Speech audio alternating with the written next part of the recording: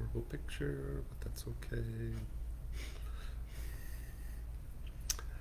Hopefully I am successfully on. We will find out here in just a few moments.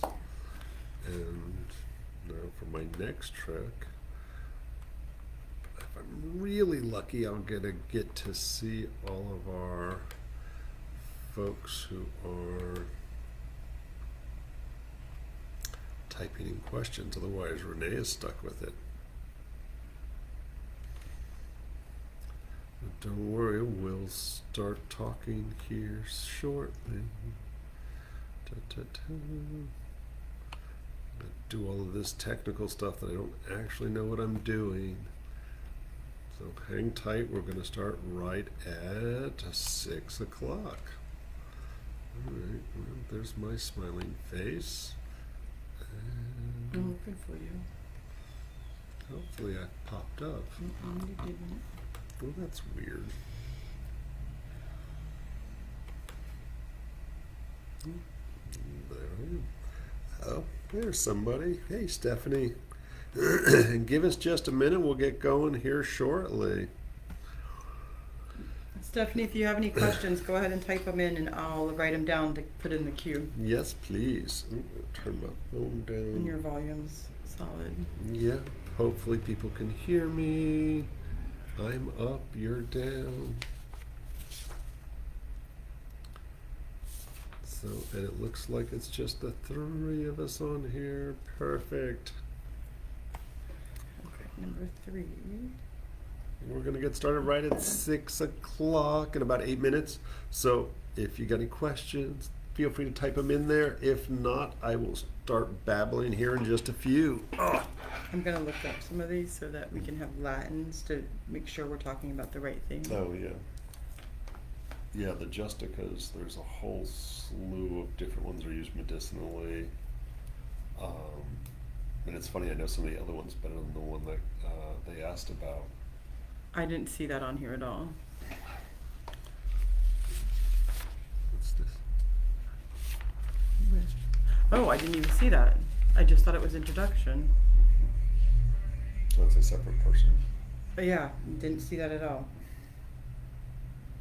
Okay, so we'll start up here because that one was first.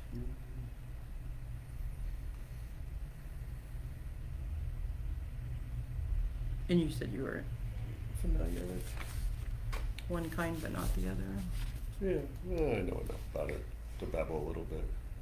It's actually got some Yoruba uses in it that are kind of interesting. Oh, Jatropa, that's what I was trying to think of, yeah. It was like, oh crap, it went out of my head. There's the Justica, there's some really obscure uses of it. Mm-hmm. And it's funny, I've played with the one a little bit. We used to grow it. We lost it in the hurricane. That's Do you want any other examples? You want me to give you, or no? No, I'm good. I was surprised they didn't have anything on Rain Tree. I was like, maybe I learned something new. And they actually didn't have any of the Justicas. They had a picture, but they didn't have any write-up, and they used to. It's funny, and I better make sure I'm right, because, I'm doing it in 3 languages here. The Tila was a Justica, I thought, and it's always the ever-going Tila versus Tilo. Let's see, there, so that's Linden, so what's Tilo, which I thought was also Linden. Aha, there's the Tilo plant that I know. Justica pectoralis is the one I know. I'm gonna start growing that again. That would be a very fortuitous plant to have right now. I wonder if we got it up high. But that was the one that they used to blow the hallucinogen into people's nose. Hey, Laura, where the heck are you these days? Are you in sunny St. Peter, or are you jet setting about still? I think you're back from Hawaii.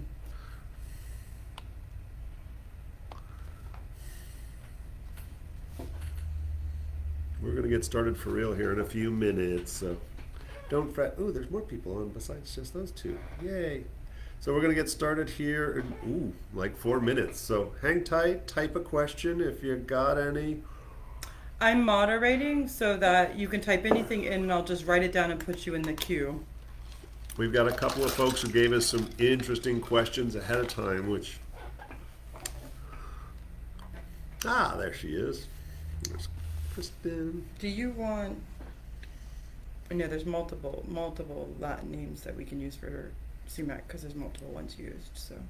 No, I don't know, whatever. You don't want a Latin name for that. That's what I'm saying. Good job. Well, I look forward to hearing all the crazy stories of Hawaii soon. Did you bring us back a kava plant?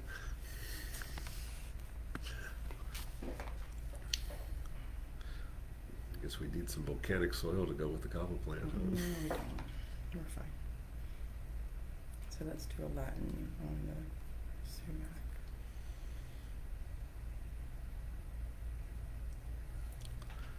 All right.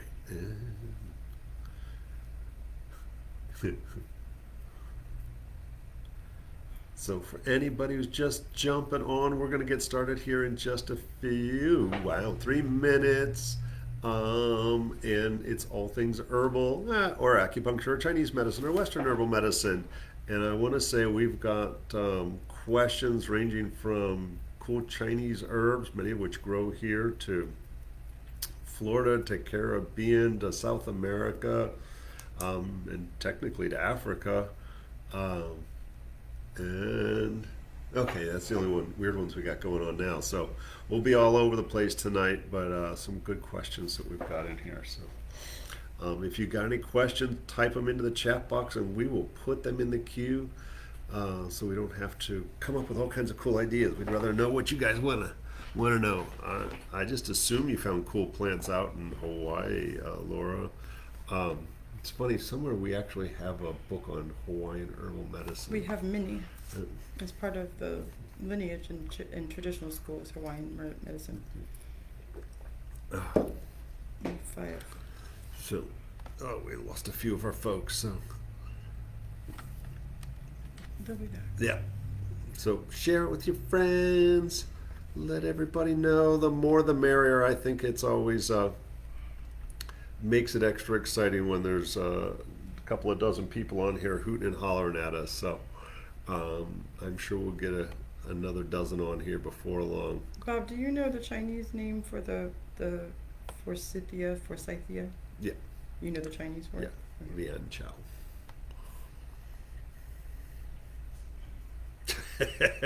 Well, throw a few out there for us, Laura, because we try to group them all together. So if you just type them in, Laura, I'll put them in the queue to get answered. So, and for anybody who drops off or misses it or you got to go, whatever, we'll post this on the YouTube channel here some point soon, probably tonight or tomorrow. We'll get it uploaded to the YouTube channel. And take a deep breath, because here we go. Hi, y'all. I'm Bob, and this is Renee. There's Renee. And we're coming to you from sunny St. Petersburg, Florida, and the Tradition School of Herbal Studies and Acupuncture and Herbal Therapies. Christy just came out with a whole bunch of new ones. And this is something we started kind of in the beginning of the pandemic, and I'm being spammed. I thought I turned that down.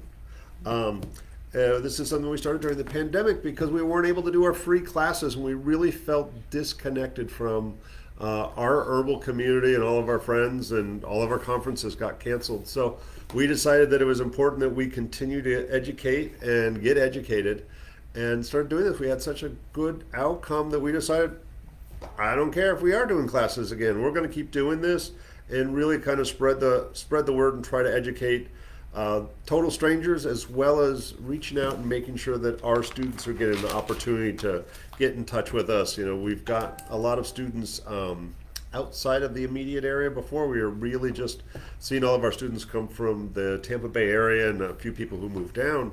But now we've got people who are driving in for classes from around the state, and heck, we had a couple people flying in from out of state and some who are taking their classes remotely. And we want to make sure that they're getting the kind of time that they need. Oh, thank you, Stephanie.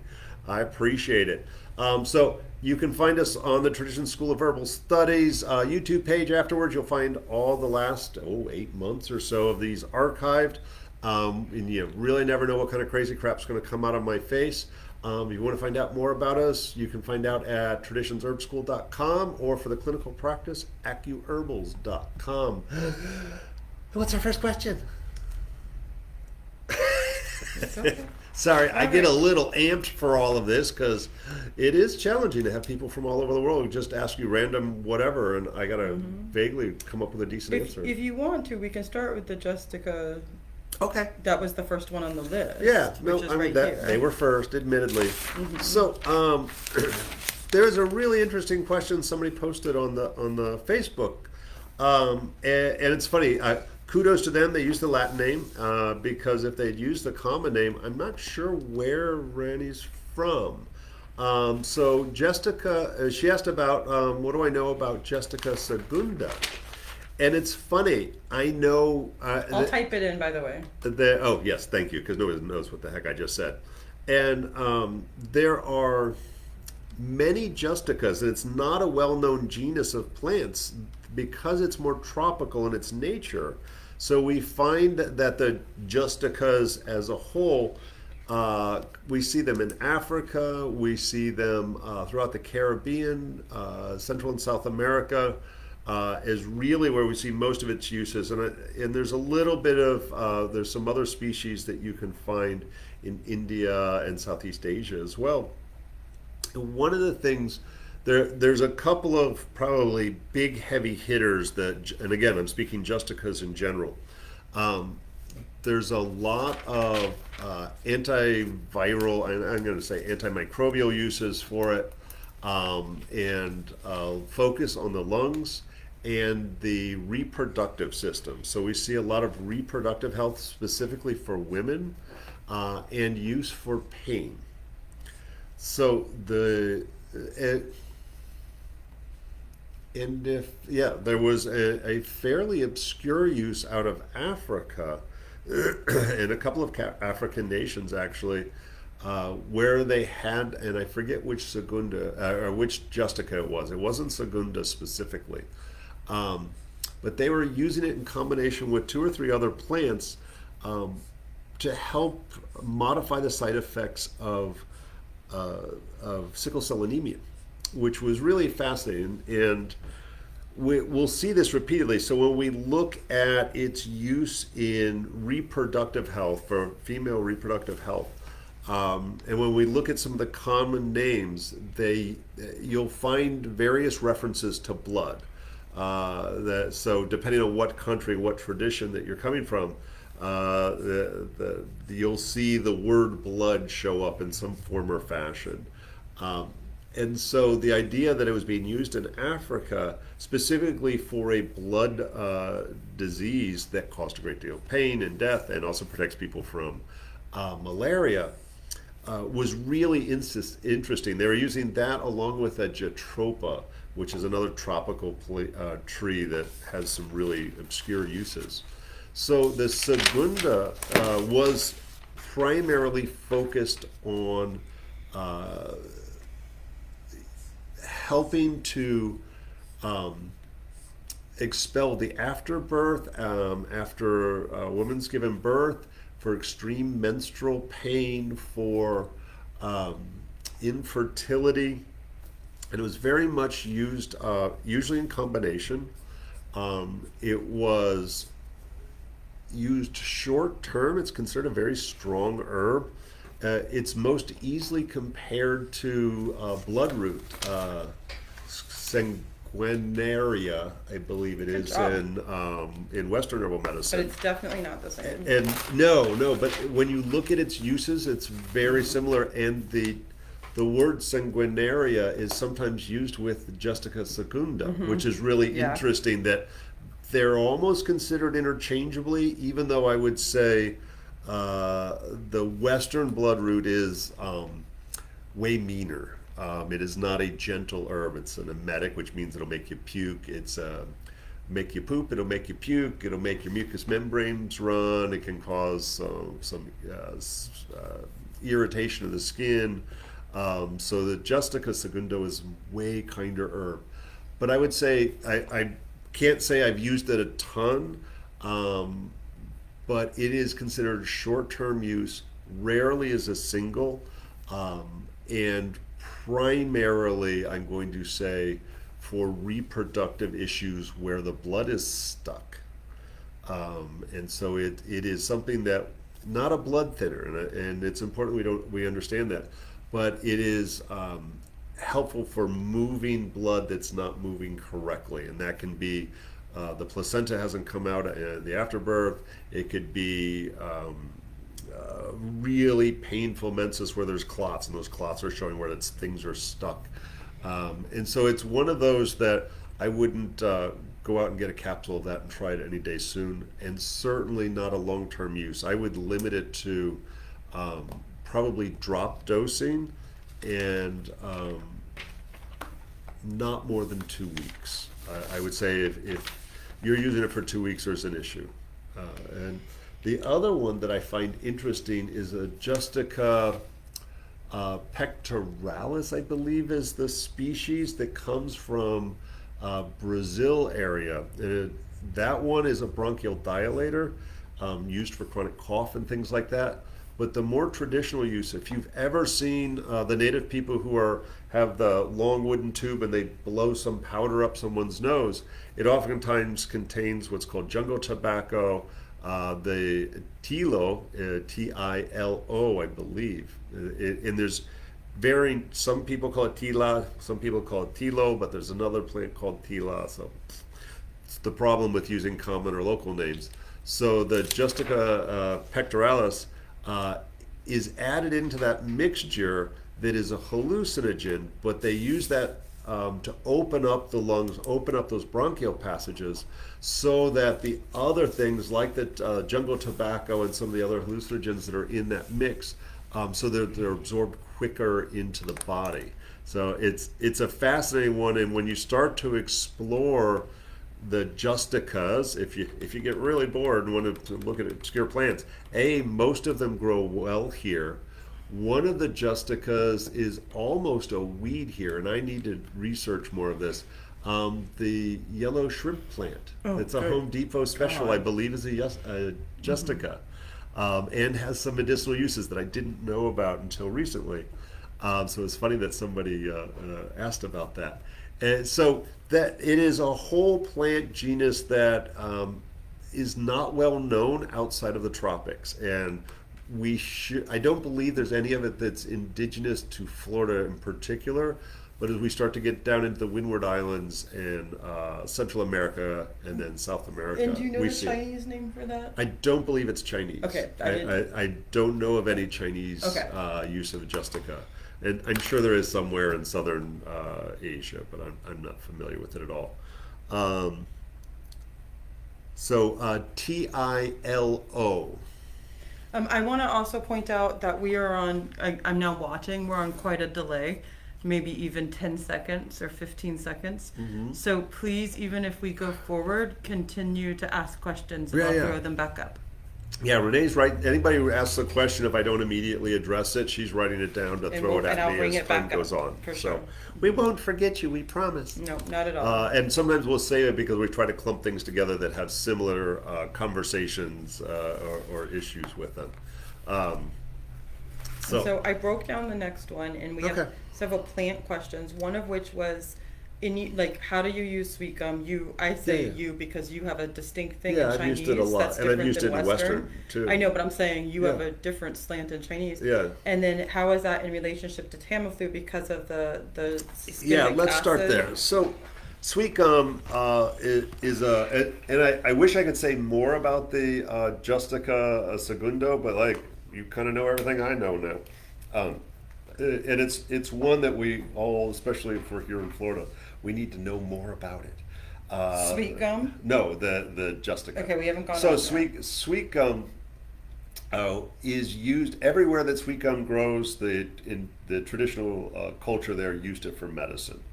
Here in Florida, it's everywhere, and in Chinese medicine, we use it a great deal. It is oddly enough, we only use the fruit, the spiky balls that come off of that. Is fun to throw at your younger siblings and such. So the in Chinese medicine, we call it lulu tong, and oops. Are you typing it down? Yeah, just that's easier. So lulu tong, and we use this for blood stagnation. Funny, it's kind of a reoccurring theme here. Specifically for infertility, amenorrhea, which is a no menses, for no obvious reason. So if you're in menopause and you don't have a period, well, that's normal. If you're 25 and you don't, there's an issue. You're supposed to have your menses. And it's used for painful periods as well. So anytime there's a lot of large painful clots, very dark or purple, we'll oftentimes use lulutong in formula. It's interesting. I think that the native people in the eastern seaboard, and I just assume it grows out west as well, but I'm not sure about that. I know it's all over the eastern seaboard from Florida into Maine. The Cherokee in particular, because we've taken the time to learn a little bit of the Cherokee herbal medicine. It is one of the biggest ones for pain, and so we use it for traumatology, internally and externally, and we'll break down those parts here in a little bit. And it has a role, the inner bark and the fruit. I'm calling it the fruit. It's the seed pod, but it's technically the fruit. There is some use. It's the least common use. I won't say the least common, but let's just say it's not in the 50 percentile that we use it for a painful spasmodic cough. And so what happens is, and I'm not sure when or how this started, but there is a chemical that is reputed to be in Tamiflu. And I remember when Tamiflu first came out, and that was for the bird flu back in the day, I think. And the swine. And was it swine flu as Yeah. well? Yeah, it was N1H1 and all the rest of them. I forget which number is which. And everybody was saying like, oh no, they've bought up all the star anise because they need the particular acid that's in there. And I honestly, we don't use either the star anise or the sweet gum is not classically used as a heavy hitter for as an antiviral. And I can't find a lot of references for star anise. And it's funny, right before this, because I knew the question ahead of time. I was like, I don't remember the last time I looked at Tamiflu. And I didn't see that particular alkaloid that is somewhat unique to these two plants. Could not find that anywhere as part of the active constituents or the inactive constituents. I was horrified to find out there's saccharin in Tamiflu. I'm not sure why that was put in there. So They were guiding it to the spleen. No, so one of the things, and this is a Bob opinion, the mistakes that we make in herbal medicine, and it's funny, I've seen this a lot lately on all the online groups that I read and rarely comment,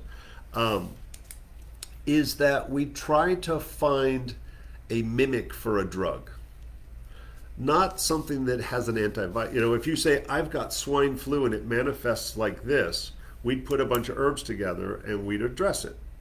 And what people ask is, and it's so funny, I've seen this like 3 times in the last week.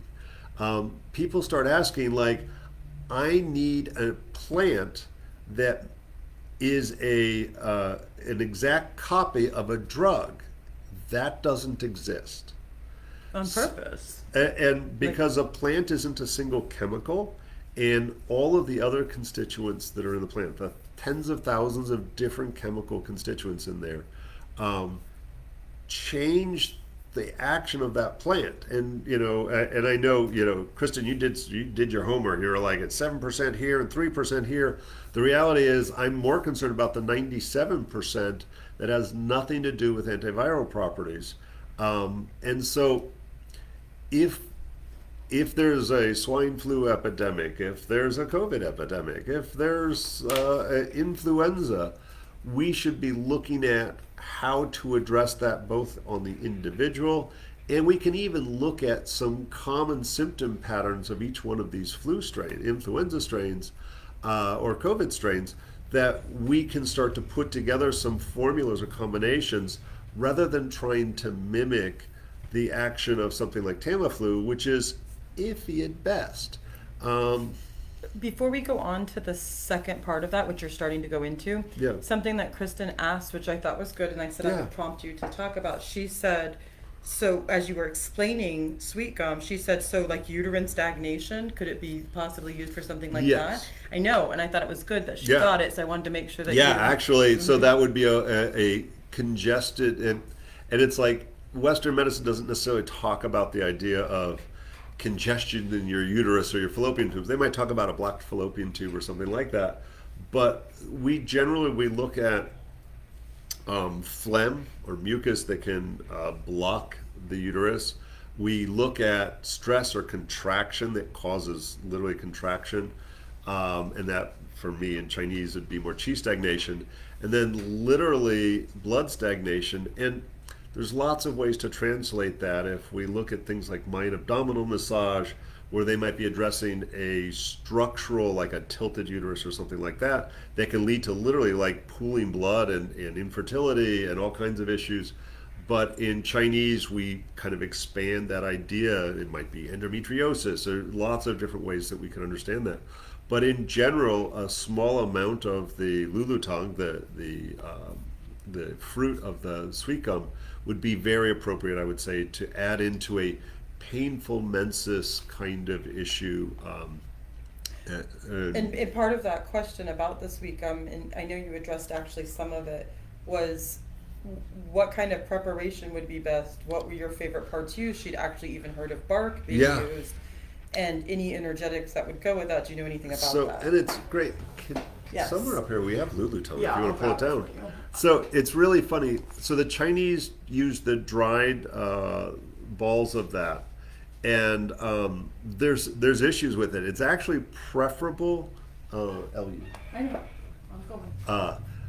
It would be preferable to actually harvest the green seed pods before they actually start to open up and drop the seeds. And do you need to crush them? Was one of her questions. Yes, actually, it should be crushed.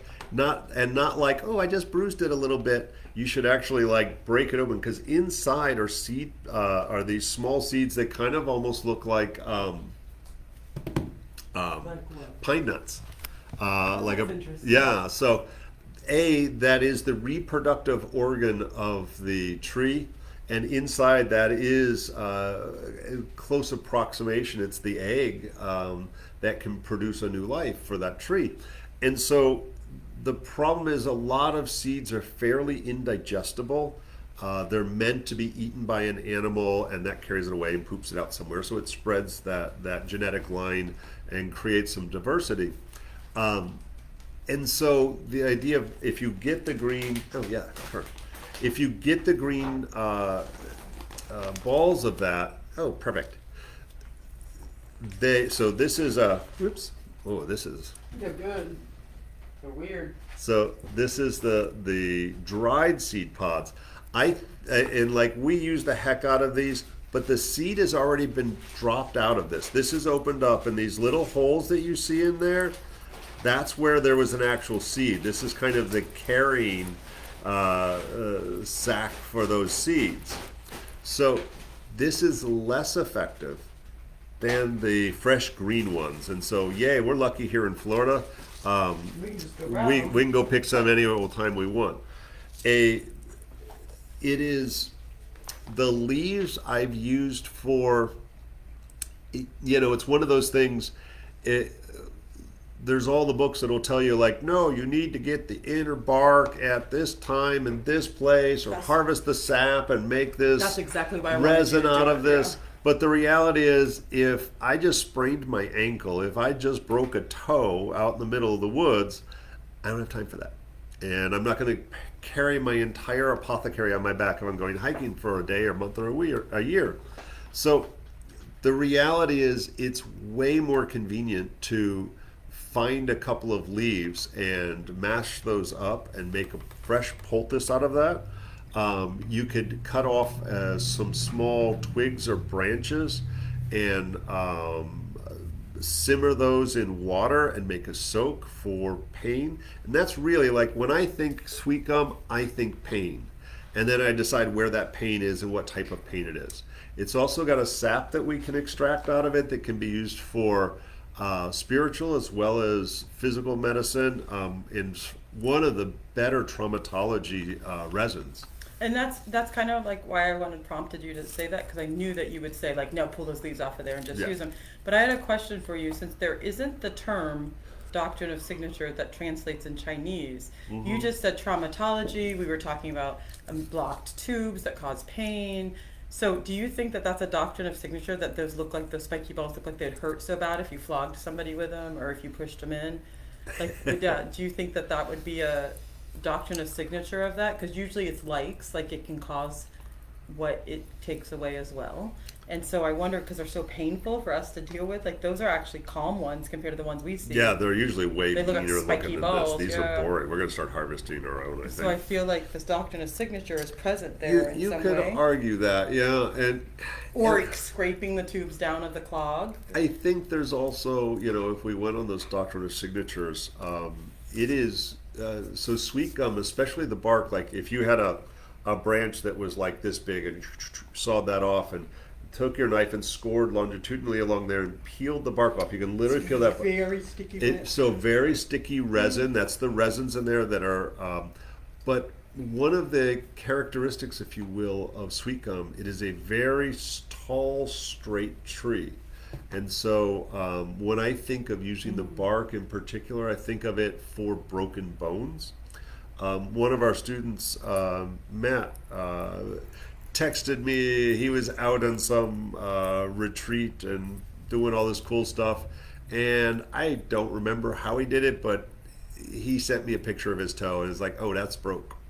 And he was like, is there comfrey out here? Is there this? And I was like, no, you're not going to find comfrey. It doesn't grow in Florida unless you planted it. And he was out in the middle of the woods somewhere. And so, it took me a whole second to go, no, the best traumatology herb that we have growing here in Florida and we can immediately source is the sweet gum. And so he did the right thing. He went and he found some. He started to made a nice soak out of it. So he boiled up some of the leaves and branches and then wrapped his foot in it and kind of used the, as it turned out, it was broken. But he managed to finish his weekend with a badly broken toe, unfortunately. And had minimal pain on it. It was mild discomfort. And he splinted it with the bark of the sweet gum, I believe. And I'm going to say one thing, if I'm allowed to, say one thing about this and then move you to the other plants, because I sidetracked you onto this to speak more. I just wanted to add in, because of my folk training nature being in Florida, that everything you just said is what I'd be told. And from a Olympia standpoint or a ceremonial bathing standpoint, to remove a trauma, or if you had a broken leg that still hurt, even though it was healed, I think it would be bathed or wrapped. Yeah, in that. I think that would be appropriate. And also the resins could probably be burned as part of the 100%. ceremony for letting that go as well. It's my friend. Yeah, for sure. And when we start to hear about so many of our resins, the blood root? Yeah. I mean, no, sorry, like dragon's blood. Dragon's blood, thank you. The Linde frankincense, vitae, myrrh, all of those are now starting, because we use them so extensively, there's a great market. And we've found that so many of those have been over-harvested and are starting to be threatened species. So if we start to look at some of the other plants that have a long history and tradition here in the U.S., that we should start utilizing the less exotic, and we will get the same physical and spiritual benefits out of those things. Well, besides that, it's perfect for, like, the plants around your area know you need to be able to walk outside. What if the electric is off? You need to have a relationship to gather your medicine. So what was part of that whole thing before I sidetracked you, and you were starting to talk about whole plant medicine as antivirals, we would look at a person and formulate well, she had written and asked, I had heard of a formula that involved elderberry, rabbit tobacco, and sumac. Could I crush up the star anise and just throw it in there? What are your ratios? So any of that, like, you were going on to start thinking about a formula in a way. You know, it's funny, and I'll talk briefly about star anise, because everybody's talking about the no, you don't want to let them in. No. Sorry, I talked to him yesterday. Sorry, everybody. So the star anise in Chinese is used for pain associated with the digestion. And so it's funny that we have these two plants that the folks are talking about the skimic acid in there, and that even though they're trying to fit those into this mold about antiviral, the reality is both of them are specific for pain, just pain in different areas. One would be upper abdominal pain, one would be lower abdominal pain, but both pain. And I would say with the star anise, we're also looking at phlegm becomes a component of it. And so, and I you know, the idea, elderberry is such a classic, and specifically the elderberries or the elderflowers are phenomenal. And rabbit tobacco, this is one that's in Renee's bailiwick more than mine. And it's so funny, we argue about rabbit tobacco all the time, because if I go and look up the Latin name of it, it's like, this is rabbit tobacco. And if Renee asks her granddaddy, she's like, you're crazy, this is rabbit tobacco. And It's regional. Yeah, and so one of the problems with the common names is that it can cover whole different plant families, much less genus or species. And I think rabbit tobacco would be considered a nice anti-inflammatory, antimicrobial, without a doubt. It would be very precise for strep for throat, cough and throat, for like a gargle, for swollen glands in that area. So it fits into that circle, antimicrobial, washing a wound. And the sumac is an interesting one, and I'm going to argue with myself on live camera. High in vitamin C. Yeah, so it's high in vitamin C, and it from from a naturopathic kind of idea, we know vitamin C is good as an antimicrobial and helps with the immune system and blah, blah, blah. So it also stops sweating. Yeah. And so we say that it tightens the tissues. And so I might like sumac as kind of, we talk about elderberry syrup where we send kids to school in anticipation of them being exposed to new germs, and we don't want them to get sick. So we give them the elderberry rather than the elderflower. To modulate their immune system. So I think in a syrup or a formula that we made with the sumac to prevent disease, it would do better. But I don't think it would be as effective, and I'll explain my crazy talk here in a second. I don't think it would be as good if you were sick. What about replacing it because the way it looks and feels is something like hibiscus? Because it's mucilaginous, like you had a sore throat, so different anti-inflammatory because of the vitamin C. And it would be fine, but it would be just a very different product. So for me, phlegmy, I would love sumac because it dries up all my phlegminess. For somebody who's in the wet and dry. So let me try to explain why it's good prevention, bad treatment. And it's funny, this was when I did the 12-part TV series down in Ecuador. One of the things that was my premise for the whole process of why am I going down to this place where I don't know anything and talking to a bunch of different traditional healers, my goal was to show that there's no difference between the ideas of Chinese medicine, of Ayurvedic medicine, of Quechua medicine, and the traditional cultures here in the U.S.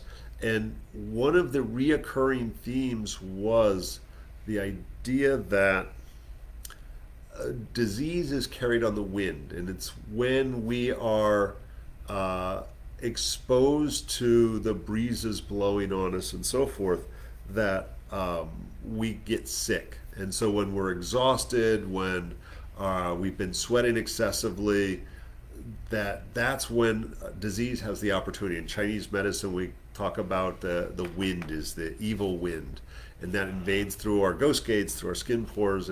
It's fascinating stuff, and I can draw lots of pictures. So that idea is carried out through every traditional culture that I got to talk to. Everybody was like, no, you sweat out a cold because you have to get the bad air, I forget the It's bad air, it's mal air. That's I forget air in Spanish. And so if we tighten up our skin pores, if we hold in our sweat, you may not be able to expel a pathogen as effectively. And so a lot of our really good cold and flu herbs, we say, are diaphoretic, make you break a sweat. And we said, like, nobody ever says, why are we sweating? It's like, what if you have a fever? So you shouldn't do it if you don't have a fever? No, you should do it no matter what. So it's this little crazy circle we run into. And it's because that spiritual component of evil wind doesn't really exist in our process. So prevention, if we tighten up those skin pores, those ghost gates, if we protect the back of our neck where there's supposed to be more of them, the sumac would be a great addition. If we're already sick, I wouldn't use the sumac. I would say you would want more elderberry, you would want whatever the energetics were of how they were expressing their illness. But we want to get stuff out rather than hold things in. And sumac holds things in and protects the exterior. That's funny because I feel like rabbit tobacco does help things move out and away from you. Yeah. The other thing was, if she was going to use the little bit of anise that she had, just crush it in a tincture. Would we care about the ratio so the star necessarily? anise as well, I would say crushed is preferable because you've got the pod, and oh my god, we got some sitting around here, I forget the name of it. It doesn't matter. So it's this very star-shaped fruit, but inside it's almost like a shell over it are these small seeds, actually kind of almost the same size as the sweetgum seeds, and look similar, oddly enough, just more aromatic. So those ideally, they don't have to be like ground to a powder, but you do want to crush those and then bruise or break the skin on those seeds to get the best effect. The star anise would do really well in something like the magic butter machine because of its constant motion and moving and breaking that stuff up a bit. So and the nice thing about star anise, not everybody likes it. I think it's super yummy. So that's a nice one.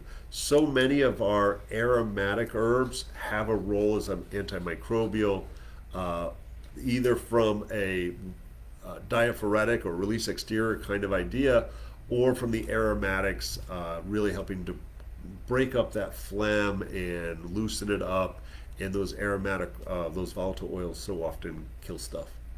All right. What's up next? I feel like we've accomplished answering those. Yeah. So the next thing that we've come to is talking about poke a little bit, and the benefits as well as the situation at the market. Do you want to elaborate at all, or do you want to just start talking about what poke is? Yeah. Well, let's talk a little bit about poke for anybody who doesn't know what poke is. So Phytolacta americana is the fancy Latin name. Oddly enough, it's a Chinese herb as well. Shenglu, I believe, Shengliu. Don't quote me on the last one. Yeah, I don't know how you remember those things. No. I'm a freak. It is, and it grows all over Florida. It's literally a weed. It is so many different things. All parts of the plant are toxic. And let's just. You said Shenglu? Yeah. Yeah. Good job. I know my shit. So all parts of the plant are toxic. That said, some parts are more toxic than others. And there are ways that we can minimize the toxicity of it.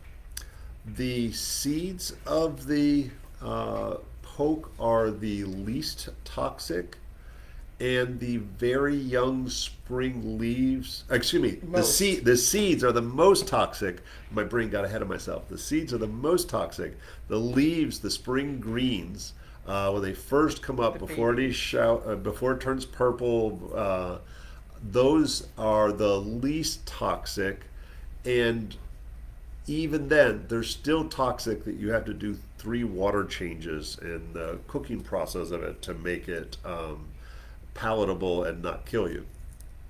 So, classically for herbal medicine, the most common part to use is the root.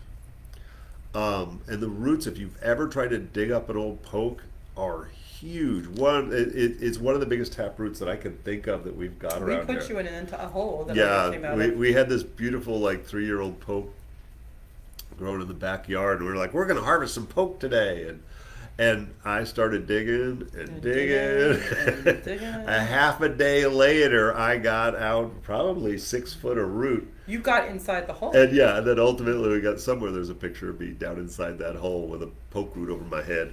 Yep. So it gets challenging because here I am telling you that it's toxic. Without a doubt, the root is toxic. If you do too much, it will cleanse you out of both ends. Without permission. Yes, and not in a pretty way. It will, a pregnant woman, breastfeeding woman, or infants, Any special population. yeah, should never, ever, ever take it under any circumstances. And people on narrow therapeutic margin prescription meds should never take it.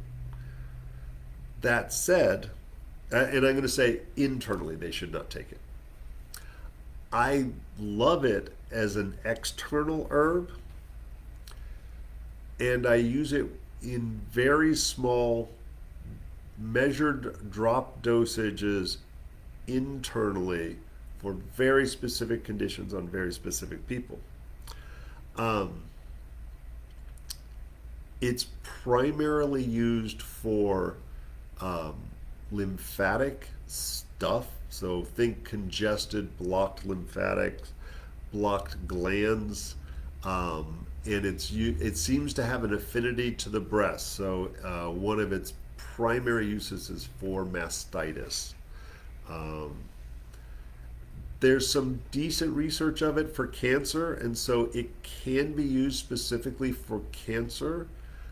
That said, I don't start with toxic herbs. If we're going to put toxic things in somebody, why wouldn't they do chemotherapy? It's just another toxic thing that's more controlled and measured. So I won't say it's my last thing that I use in chemo, but it's not the first. It's not at the top of the list. Topically, and that's the root specifically. Topically, I'll do a salve out of poke. And use that with gusto. An emergency medicine that we've got somebody who's, we're out in the woods, somebody gets some kind of mastitis, they get swollen lymph nodes, maybe even something like a spider bite that seems to be getting infected. Tick bite. I'll grab a leaf and mash it up. And happily put that on topically without any concerns whatsoever. There is a school of thought that I disagree with using the berries internally, specifically for arthritis. Some people will claim that you can spit the seeds out. Others say as long as you don't chew it, you're fine.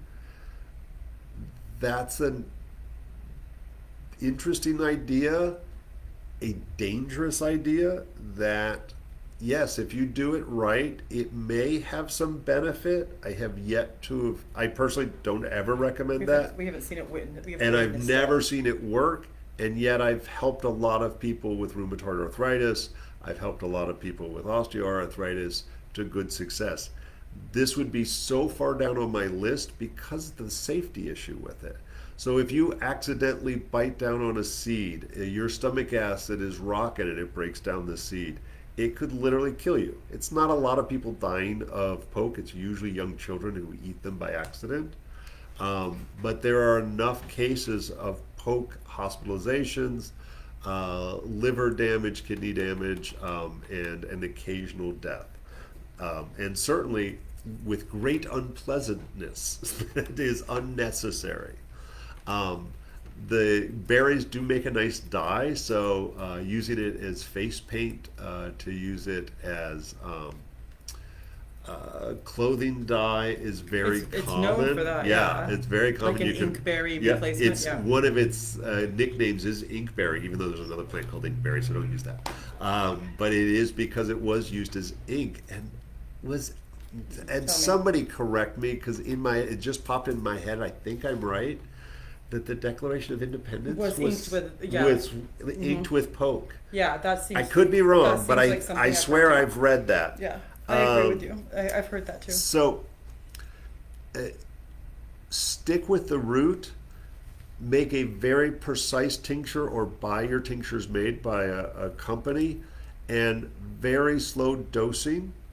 Watching for adverse events, which can be numbness, tingling, vomiting, diarrhea, shortness of breath.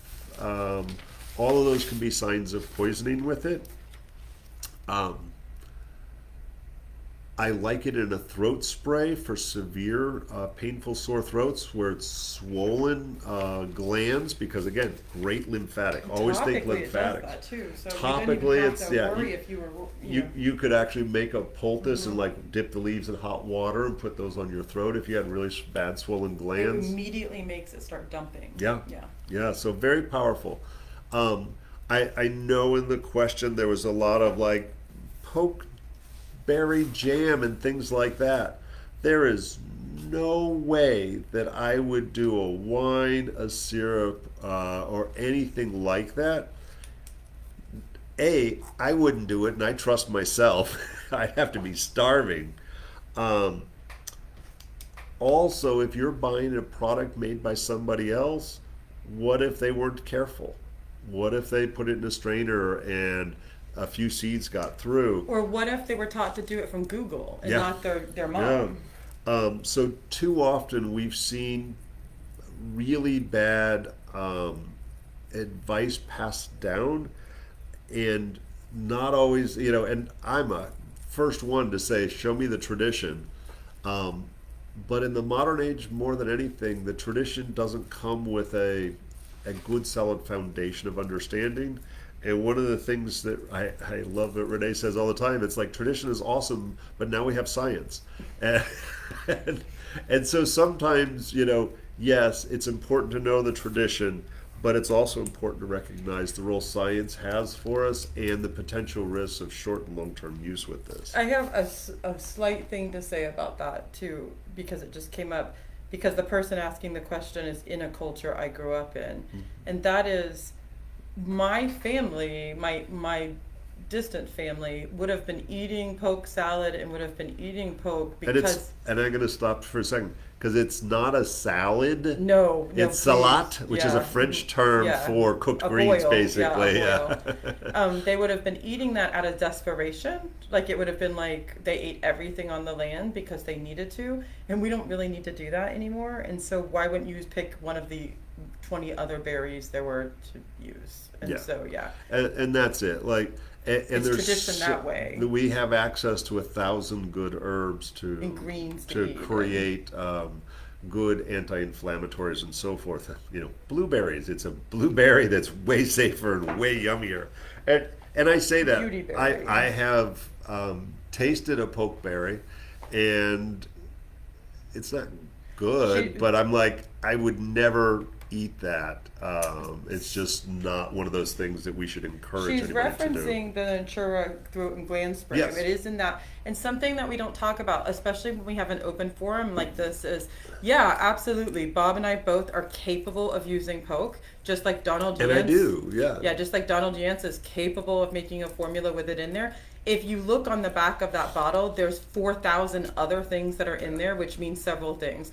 That it's sharing its space with lots of other things, but he has energetically accounted for that downward and upward motion, that toxicity, that you never are going to have a single of this. It's always going to be with many, many other plants trying to help it not be toxic to you. And so that is somebody who's a pharmacist, an herbalist, and a PhD. And so he has found a formula that's correct, and we love that formula too. And it's in a very low dosage. And Super so low. remember I said drop dosing. So this is drop dosage. I have used it. There's probably 20 or 30 drops of poke in a 2 or 4 ounce bottle, and it's a short-term use. You shouldn't be using throat spray 24 hours a day.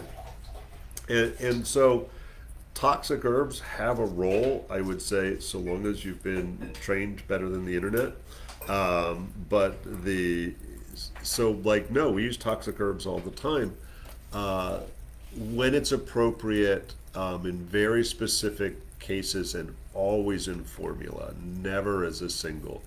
The only reason we would do a toxic herb as a single is literally to cause somebody explosive diarrhea or vomiting. I was going to say, I have used it. I've literally done a half a drop at a time, and it was somebody who understood what was going to happen, last ditch effort after months of illness to create the purge. And so it's not a pretty trick, and nothing we would. And it's always interesting, and we're spoiled here, for those of you who haven't come to the office here, like that's a small portion of the herbs you can see behind us, and so we have access not only to walking around and picking up plants in our local forests here, that long history of traditional use here in Florida and our yards and so forth, that we get all of our local native or naturalized plants here, but we have access to all of the plants literally all over the world. That we have over 800 plants here, and we're not limited to what we can find in 10 miles.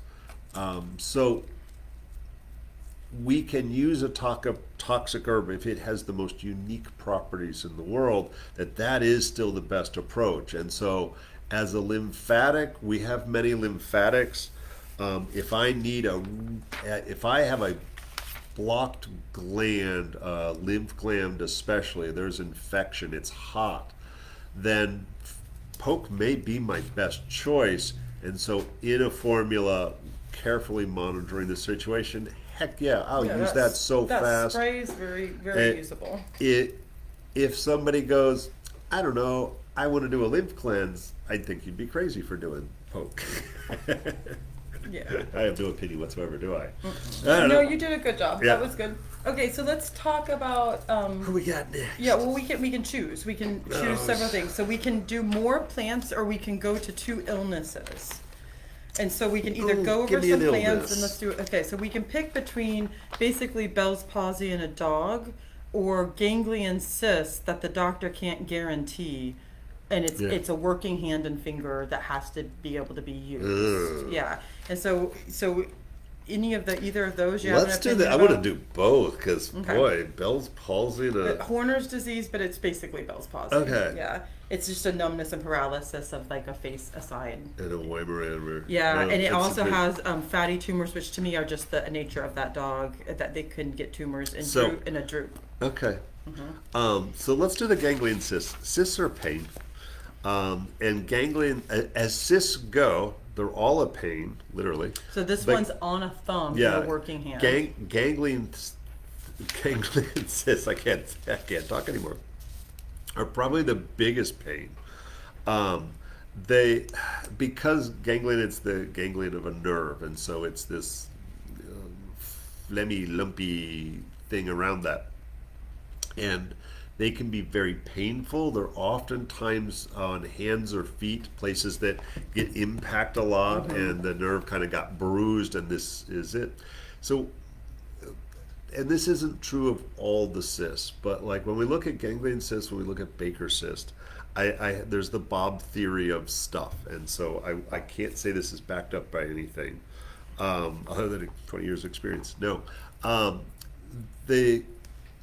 One of the things I always think of, if I put on a new pair of shoes, or I walk I go walk 20 or 30 miles tomorrow, I'm going to have a blister on my foot.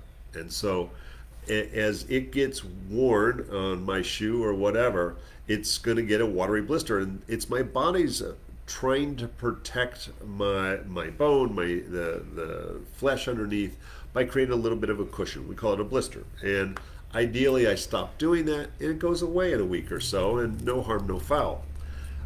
I found that many of those Baker cysts and ganglion cysts, and those are different animals, but I think they have a similar cause, come from kind of an internal blister, if you will, that there's something a little out of whack, a little out of alignment, a tendon. The notes are gets lots of use and abuse from the Right. job, so probably So if you're- busting a knuckle. or Yeah, something, if you're sitting there twisting on a screwdriver on a wrench, and there's not a lot of pad there on your hand, potentially that could be your body's internal blister, and it's just really not helpful.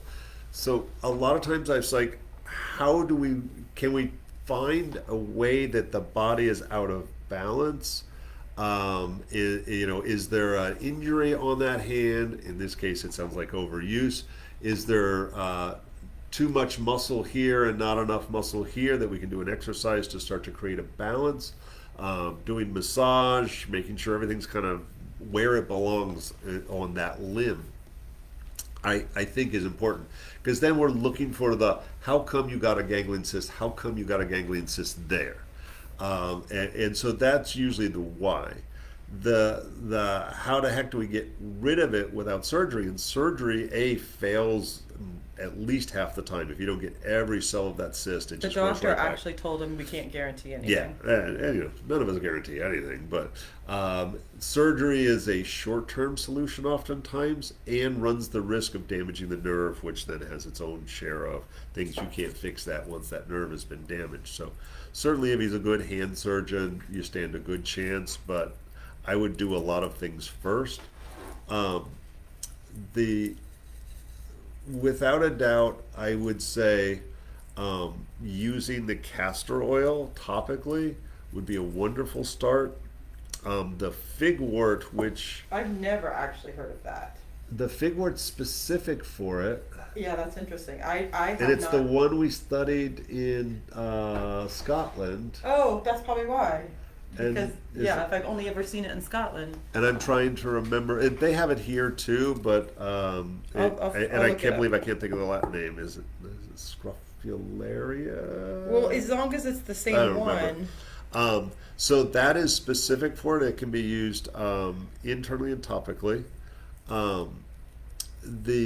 I would use St. John's wort because it's specifically focused on a nerve, and so St. John's wort And topically. plantain to draw out, maybe. Yeah, plantain wouldn't be wrong. Oh, you are so good. Look at that crazy ass Latin name. right there. Scrophularia. Thank you very Ambrosia. much. I thought so. I don't know where I get these things. I man. put in Scottish fig wort too, which is common fig wort. Yeah. Mhm. So the fig wort, and I would say look for the imbalance internally. There's likely to be some phlegm that maybe made it susceptible for that. So cleaning up the digestion, reducing the inflammation, but looking at a topical, I think, is so important with that. If you happen to have, and sorry, I'm just being a freak now, bear fat or goose fat, and making your salve in that would be helpful, and also adding cedar, if I remember right, would So- be, and cedar berries to be specific. So- Sorry, cedar berries. Yes, that is true, and that's specific.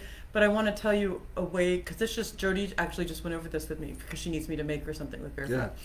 That she wanted it because she believes it goes to the nerve, and that's why. And they'll use it with Lyme and with ticks yeah. in case they think it's camping on a bundle of nerves. They'll send it there with the bear So fat same idea. and the cedar berries. Yeah. And so absolutely, that's interesting that the ganglion is specific to like grabbing around It's the a nerve. nerve and tangling up. No, and the ganglion is part of that nerve. yeah, and so that's crazy. Like Yeah. that's so And funny not- because I learned it traditionally, not from that standpoint. Not easy to find. Oh no, that's where I got it from too. Yeah. Not easy to find bear fat. No. Goose fat's a little bit easier to use. Cook down a good goose, this Christmas, and you can work on it. What harvest that grease. And push comes to shove, you can actually use another kind of animal fat, but bear fat's always the first choice for medicine. They're the medicine animal. Goose is okay, and then you can start to use other forms of lard. But if you're like, yeah, you ain't gonna put that stanky stuff on me, I would say castor is always a winner. And castor by itself has phenomenal effect for breaking down those hard, lumpy things. Softens the margins, and that's the way we talk about it. So yeah, 100%. It would not be wrong, and you may have to experiment a little bit because, like, I don't know this guy. You might have to use like a chickweed and cleavers. That's for hard deposits as well, along with the St. John's wort wouldn't be wrong. I really like the fig wort, so I would say no matter what, if you can source some fig wort, I would use that.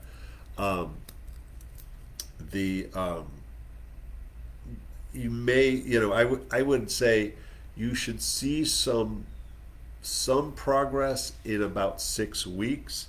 If you see 0, try something else. And it will allow, if he's able to, because obviously if it's his job, he's continuing to do his job, he's going to continue to injure it, so it makes it harder.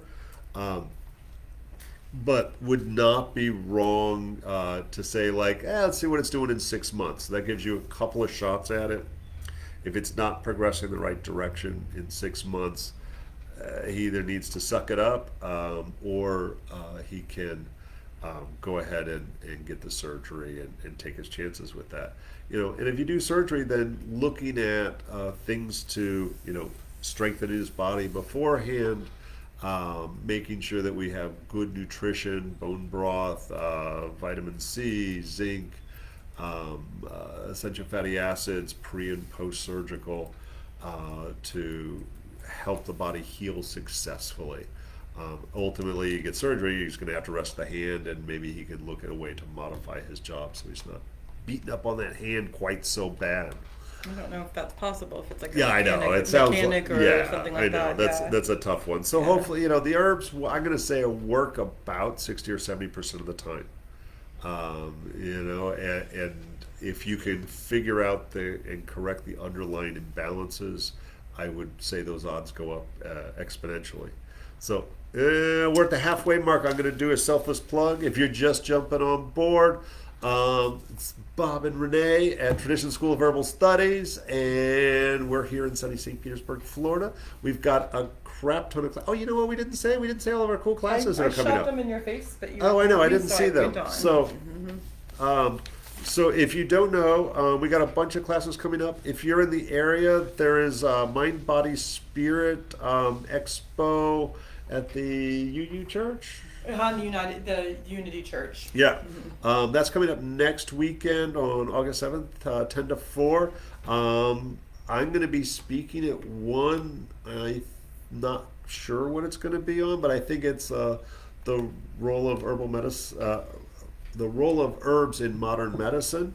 I'll figure out while I'm on the stage what I'm actually going to talk about, but that's, I think, the title. Then we're going to be, but Renee will be there part of the time, and I'll be there part of the time. So you can catch either one of us. I'm sure we'll have herbs and crystals and herbs and nonsense and info out there. So please stop by and say hi. We're going to be in Fort Lauderdale the following weekend for the FSOMA, the Florida State Oriental Medicine Association, and I'm going to be teaching at least one class on stomach chi / hydrochloric acid in the stomach. I may be teaching a class. One of the guys from China may not make it, so they asked me to teach ear, nose, and throat stuff. So I'll be talking ear, nose, and throat stuff, hopefully. Then one of our Thursday, we've got a bunch. We're just adding on the Thursday night class series, and these are all online or in person. Ruthie's going to be doing another medicine making class on August 12th from 6:30 to 8:30. Definitely sign up. It's not a freebie, sorry. And so she's doing one night each time on a different category of medicine making. So this time it's going to be soaks, steams, and salves. So that'll be a fun one. And then the 26th, I'm not going to be. Trisha's going to be teaching Anatomy and Physiology for the Herbalist. This evening will be the urinary tract system. So she's going through every evening doing a different body system. And we just had some new stuff. We've got an awesome person who's an Ayurvedic practitioner. And I think she's going to be a really good teacher. So she's going to do an Ayurvedic herbalism series, and a lot of Ayurvedic medicine, same idea of energetics and diagnostics, but she's, with Ayurvedic medicine, there's incorporating herbs in the food and specific foods based on your doshas, and she rattled off a couple things. You can find the descriptions on Facebook, like, I'm going to have to attend because I don't even know some of this stuff that she's got going on. So I thought it was a really unique, interesting approach she was taking. So the first one's going to be a freebie, which will be August 27th. So you can do that online or in person. So wherever you are, you can enjoy it. And one's really important. We're going to move the open forum because it's the same night as the Ayurvedic class to September 3rd. So it'll actually be the first Friday in September.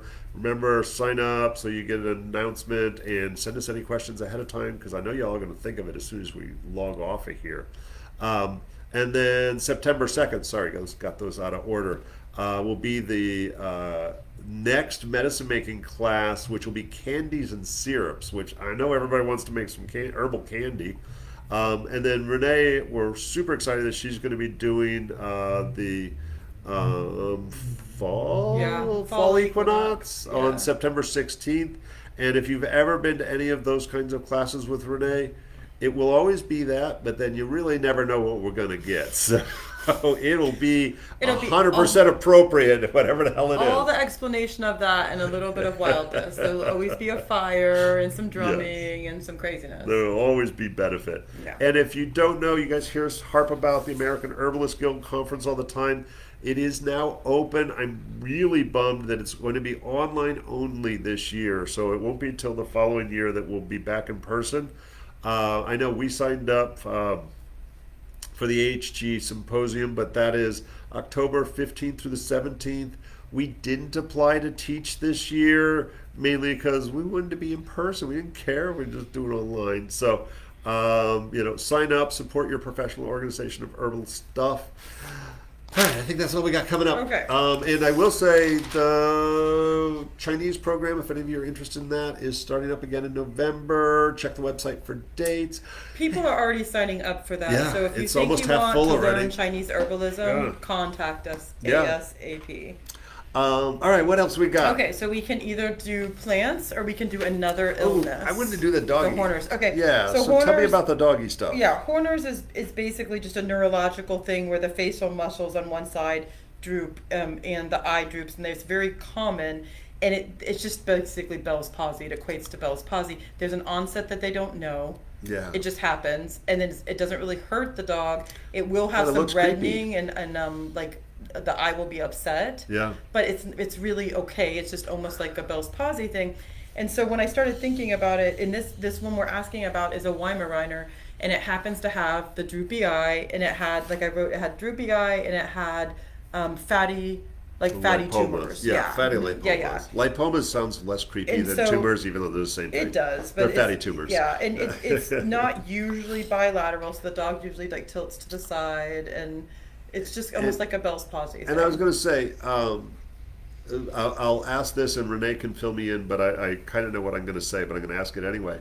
How old was the dog when the onset happened? 12. Okay, so it was an older dog, and that's when it first happened. Okay, so that's really important. So I'm going to call it Bell's palsy, even though it's not. It is. They're saying it's a dysfunction of the sympathetic nerves in the eye, around the eye and the facial muscles. So yeah, so Bell's palsy, and I'm going to talk about it from humans, and then I'm going to translate it back to dogs. In humans, one of the things we used to call Bell's palsy, it was truck driver's disease. And I'm going to go all Chinese on y'all on this one. That's funny, real quick, because I know where you're going with this, and they say the onset could be something as easy as an ear infection or wind blowing in the air. Yeah, of course. How funny. Yeah, no. Yeah. I know my stuff. Yeah, so very so cool. Bell's palsy is known as truck driver's disease. And the reason being, it was very common in truck drivers. It was almost exclusively on the left side, unless you were in England, where they drove on the other side of the road. and it would be on the right-hand side. So what happens, classically, I know they have laws now that prevent people from doing this. Truckers notoriously didn't eat great. They're main-veining coffee and probably some illegal substances in order to stay awake. And then we've all done this. We're like, we're getting a little sleepy at the wheel. We crank down the window so the cold wind blows in our face. And so these truck drivers would push through, you know, the faster they get the package to get delivered, the more often they'll get the job and paid. So they're like going 24, 48 hours sometimes with no sleep, exhausted. And that's really part of the key to all of this. They were in poor health and exhausted, and they got this exposure to wind, and it would cause a paralysis in their face. So in Chinese, and ultimately they would say, we don't know what's wrong. It's a paralysis of the, I forget which facial nerve, but it doesn't matter. So the treatment for that in Chinese medicine was treating it like a cold and flu. Remember, we said this earlier when we were chatting. The idea is that evil wind invades. In this case, cold evil wind invades the face. And the treatment for bad air is to diaphoresis, to make you break a sweat, to push that air out. So I've treated a number of cases of Bell's palsy. It is easy to treat, like no brainer in the acute phase. If you get it in that first couple of days at the onset of She symptoms. said 3 months ago is when it came on. So that's a little bit more work, but we'll get there. So in which case, literally use your favorite diaphoretic herbs. I oftentimes in Chinese, I'll use guizhi tong. If I have access and the person's constitution is appropriate, I'll use ma huang tong. And so guizhi tong is fancy talk for cinnamon twig decoction, but there's a bunch of other herbs in there as well. I'll sometimes add some additional herbs in just based on what I'm seeing. Do you think that most older dogs are starting to get cold, like old people kind of get cold, or no? Yeah. Yeah. So Because venting it, like helping them vent it. the same thing is true then in dogs, and because this is manifesting very similarly to Bell's palsy, it's a similar and maybe a different nerve, I'm not sure.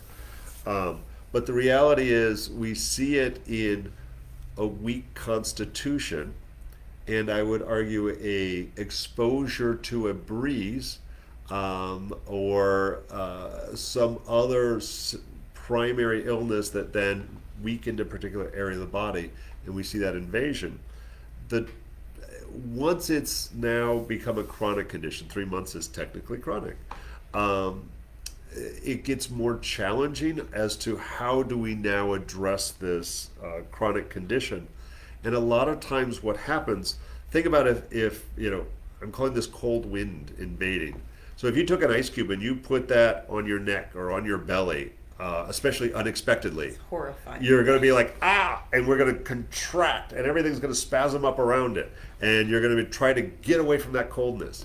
And so what happens is once that energetic cold air invades, the body it goes in and it contracts around it. So we oftentimes need to relax the muscles and then try to use that diaphoretic approach.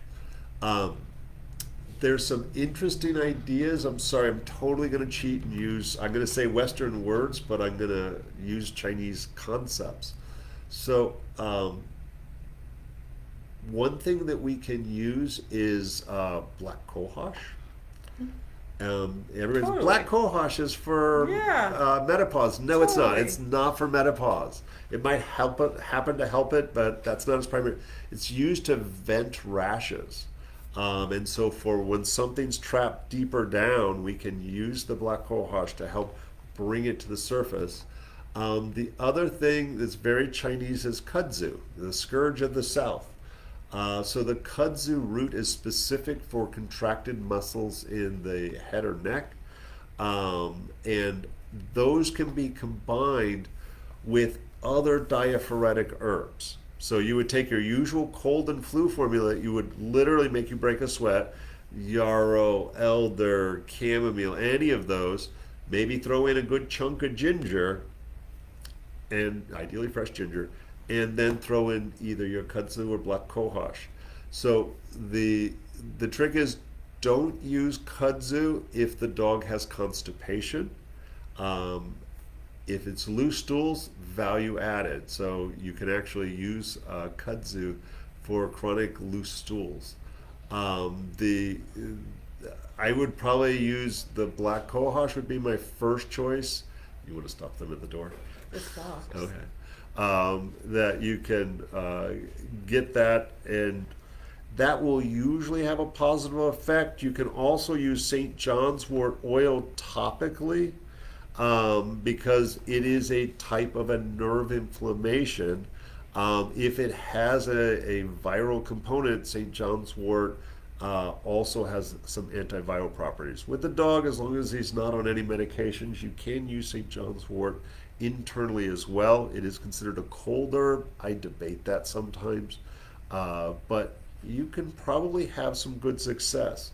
If you're also interested, there's a great book called Four Paws, Five Directions. I believe you can find that on the Traditions website. There is a That link you on can there. order it. That way we get 5 cents off of it or something. But Four Paws, Five Directions, I forget who the author is. But if you look on there, they'll give you acupressure points on puppies. And the specific points that you can use for that are lung 7, which will be on the forepaws, just like if this is my paw, this is my foreleg, and it goes up to the elbow. It's going to be on the radial side, just above that crease, above the paw. And you can do GB 20, which is right at the base of the occiput, at the corners of the dog's skull, and stomach 36, which is on the hind legs, just below the knee on the lateral side, about a leg's width down, maybe not a little less than that. And yeah, those should actually help significantly. You might also try Sanjiao 5 or 6. That one's harder to find. But get that book. You can get charts that'll show the doggy acupuncture points, and so you can just do massage on those points, usually to good success.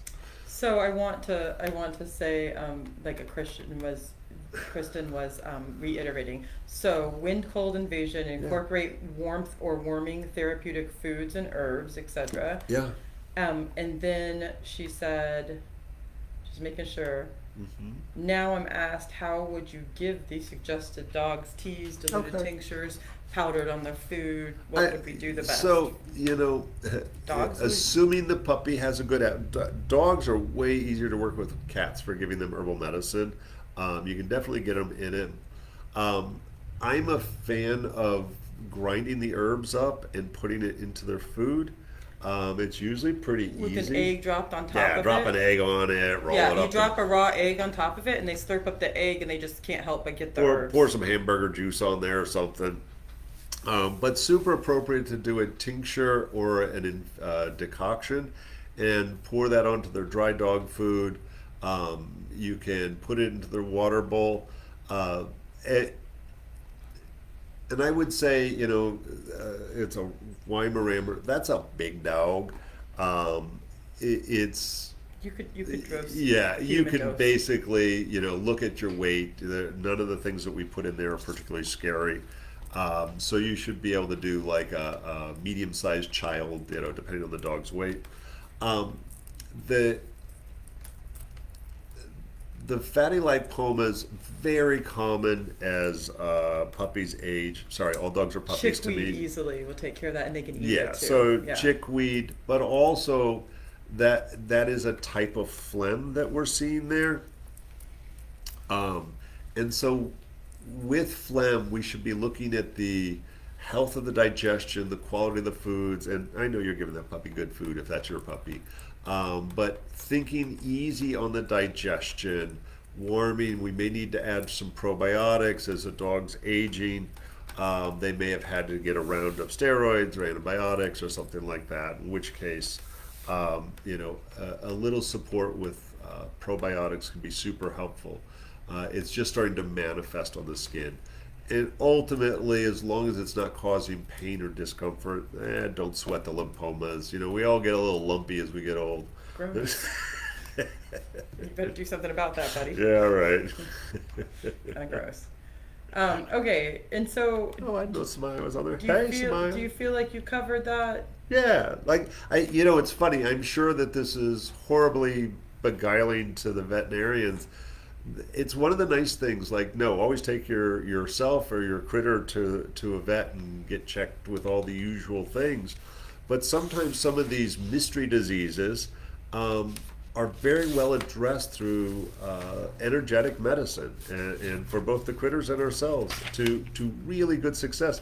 And Kristen, wasn't it didn't we have a puppy dog of yours that had, I want to say that was the one with the... Yeah, and I forget what it is, where they caused the contraction. We threw some Solomon seal at him, and the vet was freaked out that it was totally. It's a miracle. This was incurable. Remember, you're on a delay. She'll answer this. Yeah, I know. No, so it's that's one of those things where it's we have easy answers because we have a unique way of looking at and understanding it, and it's one of the reasons I was don't try to do Western medicine with herbs. Do good herbal medicine and understand that it may have a conflict with Western medicine, but don't try to be an MD and do MD things.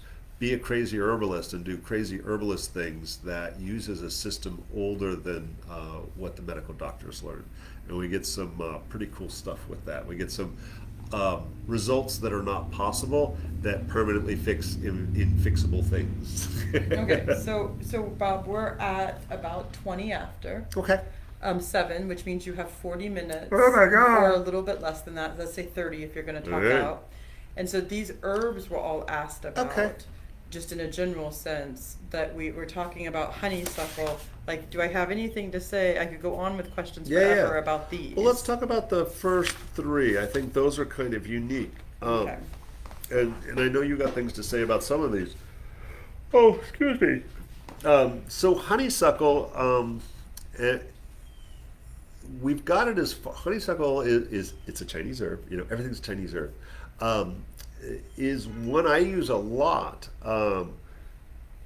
And it grows all up and down the eastern seaboard. I'm sure it grows, elsewhere as well.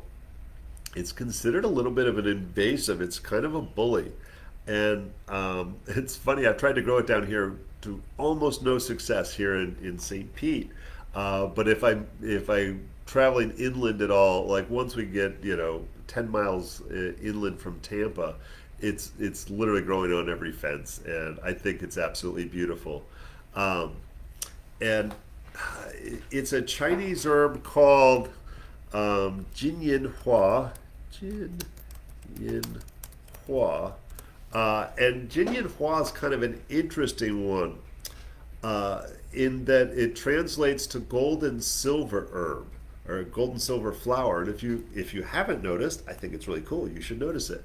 That the honeysuckle flower has on the same vine both a yellow and a white flower, the golden silver. And I'm sure there are other plants out there. I think it's truly unique, and I love the smell. I love the taste. So we use honeysuckle. Actually, we use all parts of the honeysuckle. And somebody, I think, put a question in. As an antimicrobial, we use that for hot, wet infections. But all parts can be used. The stem, the leaves, and the flowers can be used as anything that's hot and wet and infection can be used internally or externally. I think the flowers are phenomenal for an eye wash, especially for goopy yellow eyes, would be appropriate for a dog or a cat. And I don't know, what else can we say about... You can make cordage out of the vine. Out of what? Out of the honeysuckle vine. I know it best for, I use it in Western almost exactly the same way you would use it in Chinese. And so their Chinese explanation is correct. Yeah. We interestingly, I can tell you a magic reason for it. Put some magic in there. I was going to say we have release diaphoretic herbs. I don't think the Chinese herbs do a good job at diaphoresis, most of them. But then we have a secondary category that's damp heat toxin. Will oftentimes add into things with fevers and infection and so forth. So this is nice because it's a flower, and flowers are easy to make tea out of infusions. So I particularly like things that are heavy hitters but gentle enough that we don't have to find time to decoct them and so forth, and ultimately taste great.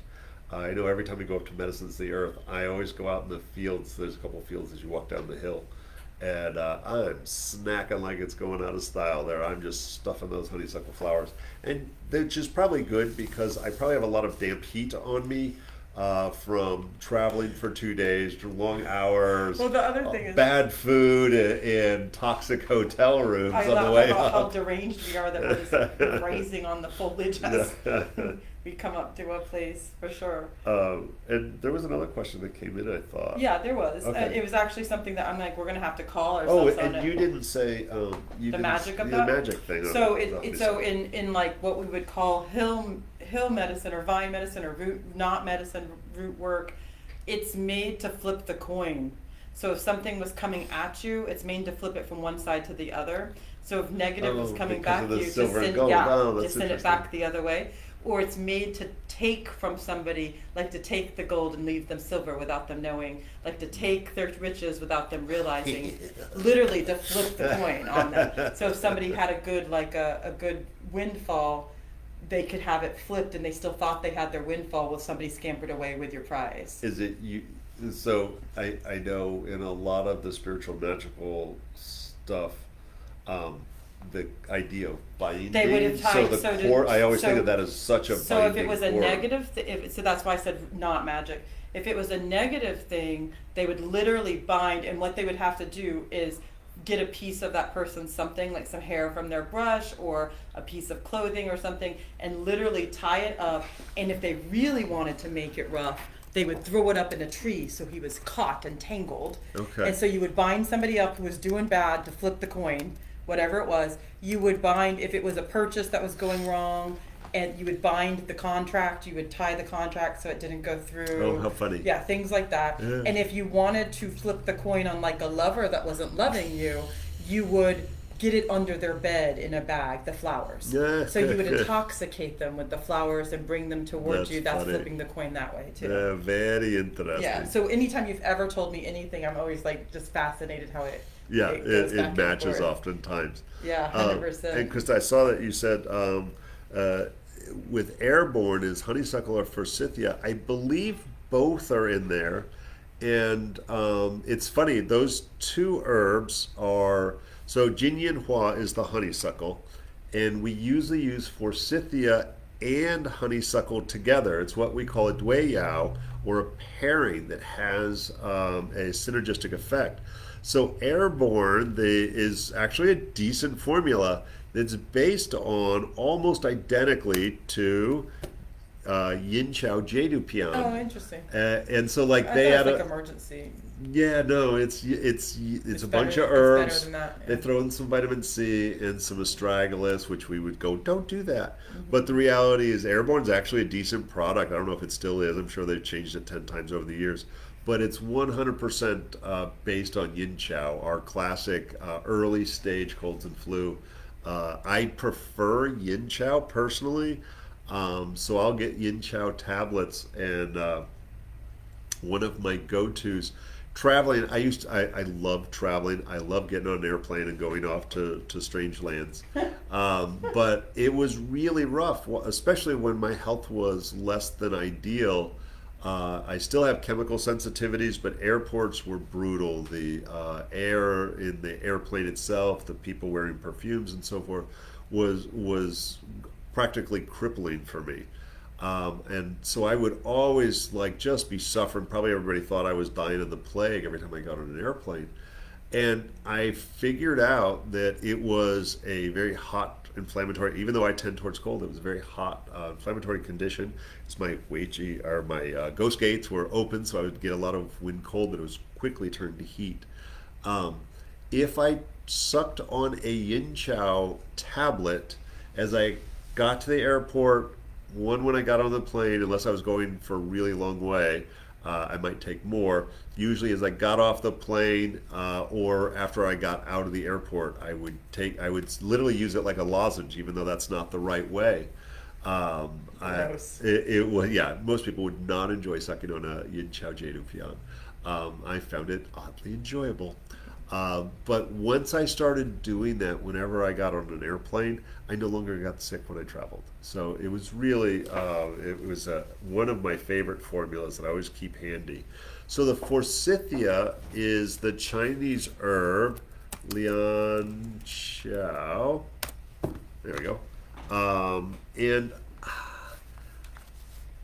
I know we use it in China. I know it's grown as an ornamental here. I don't know if it's native to the US or not. I have no idea. And that pairing of the honeysuckle with the forsythia is classic. We really just used almost the shell from the flower of the forsythia. Kind of has like almost a clamshell like look to it, and then the flower comes out of that, and there's a seed in there at some point. Another one of our heavy hitters for hot, wet infection, damp heat toxin in Chinese. I tend to use, and they can be used separately. I like the honeysuckle for more acute or surfacey kind of things. Mild skin rashes, things like that. I use the lian chow is a little bit more bitter, a little drier, and I use it for maybe a deeper inset kind of infection, deeper painful carbuncles, and also I'll use that for liver issues. I'll use both of them sometimes for anything from viral liver diseases to what we would just call a hot liver. It will help to bring down liver enzyme numbers, and those are the big. It's funny, everybody thinks about dandelion and burdock when we talk liver. You have a hot liver, you have a toxic liver, you got hepatitis C. I actually, for a hot liver, I actually like the forsythia and honeysuckle more. It was used in the 1800s for what we would now call sexual diseases like gonorrhea and syphilis. Which would be liver. Yeah, damp heat liver stuff. That's really funny. So you could roll up, like if you did like Deadwood old timey, Yeah, setting up a that's gold super town. funny. Yeah, you could roll up near the local brothel, and the doctor would always be there, and you could get it. Yeah, at the same time that you were getting your date for the night, you could get your forsythia. That's it. Just wanted to add Wrap that cordage around your junk. Just wanted to add keep from getting the gleats. Yeah, for sure. Definitely. Thought you would appreciate that. So that question that popped up was, it was interesting because I'm like, now we're going to have to figure out what we said, craziness. I can think of two reasons why we would say this. So in a past recording, we had said that we really could go wrong using slippery elm. Why would we say that? So I think we could say that from two vantage points. One, the ecological side of it, but two, two, the medical side of it. You could. And let's say that again. Let's talk about what slippery elm is. So slippery elm is a tree. It is a type of an elm tree, and it was one of the more common herbs to use. Slippery elm was everywhere. We harvested any old place. It was as ubiquitous as an oak tree practically. And then I think it was in the early 70s that the Dutch elm disease came through and decimated all of the elm trees to include slippery elm. And because it was such a common tree growing throughout the landscape, nobody started growing it commercially, because why would you? There's one on every corner. And so very quickly we went from this commonly used herb that was everywhere to an herb that was being destroyed faster than we can grow it, because a tree takes a long time to prosper. So we're now starting to see some commercially grown slippery elm trees, so we can find ethically harvested elms, or if there's a development going, herbalists usually talk to like a lot of the Right developers now, we and say, have people who are only growing slippery elm. Like Yeah. we do have people right now that are trying to be growers. so if there is a lot that's being torn down and somebody finds a slippery elm, they'll let. There's a number of herbalists I know go into the construction site like the week before To get and get all the good stuff off the site before they tear it up. And so, building those relationships with the builders and developers in your area can have some really positive consequences based on that.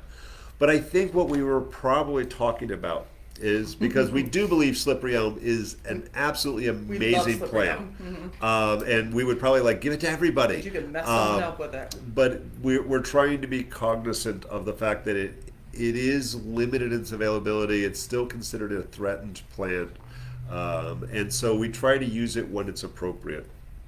It's also very safe in general, because it's one of those things we'll give to an infant for failure to thrive, because it's so nutritious. It's easy on the digestive tract. Put it on their butt if there's a Yeah, rash. topically, it's a phenomenal topical. It's just cooling, moistening, and nourishing for that dry, inflamed skin. You Put it can on do an face animal's mask. hotspot. The risk with it, we say get in trouble. You're not going to get in trouble. You're not going to jail for it. No. But it really absorbs all of the fluids in the digestive tract, and that can be good or bad. So usually with slippery elm, we'll actually make a slurry with it. We'll put a little slippery elm and then add water to it and turn it into, I always call it thick water. It's I prefer to do that. A slurry. Yeah, a slurry, but it's like it's like, no, it moves like water, but it's a little slower, and like if you touch it, it literally feels slippery in your hands. I would say that's the ideal way to play with slippery elm. If you make slippery elm and you use it in the capsule, people will make like honey balls with it, but where it's really dry.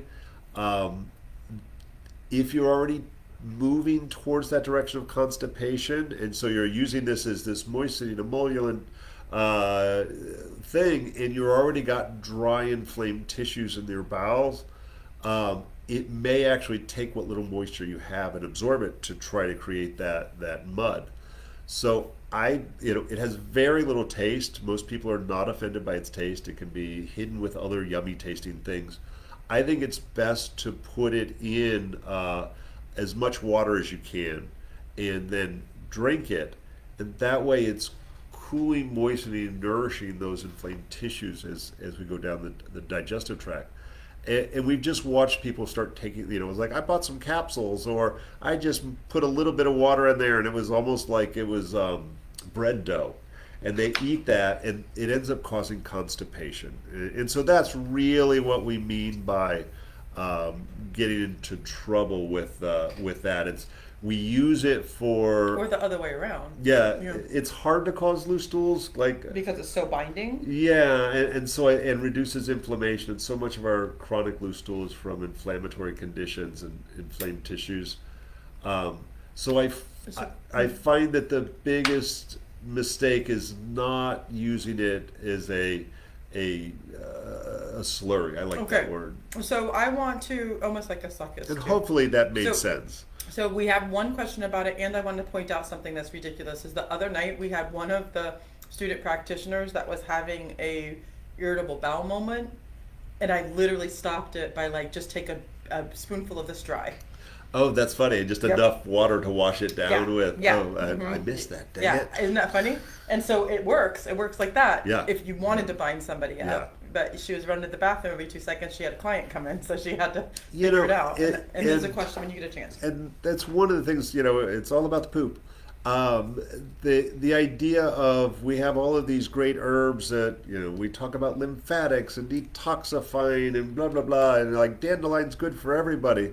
And the problem is, it only, like, if we're pulling toxic stuff out of somewhere and putting it into the bowels, that is our primary mode of elimination of stuff.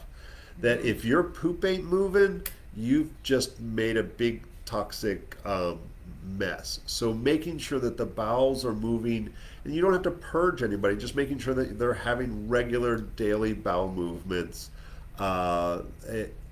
in which case then it's generally okay. So slippery elm can move the bowels either direction based on how we rehydrate it or not. And that's really the biggest scary with that. I've gotten people who've called me who have done that to themselves with things like chia seed and marsh as well. So it's all of them. It's all the ones that are like that.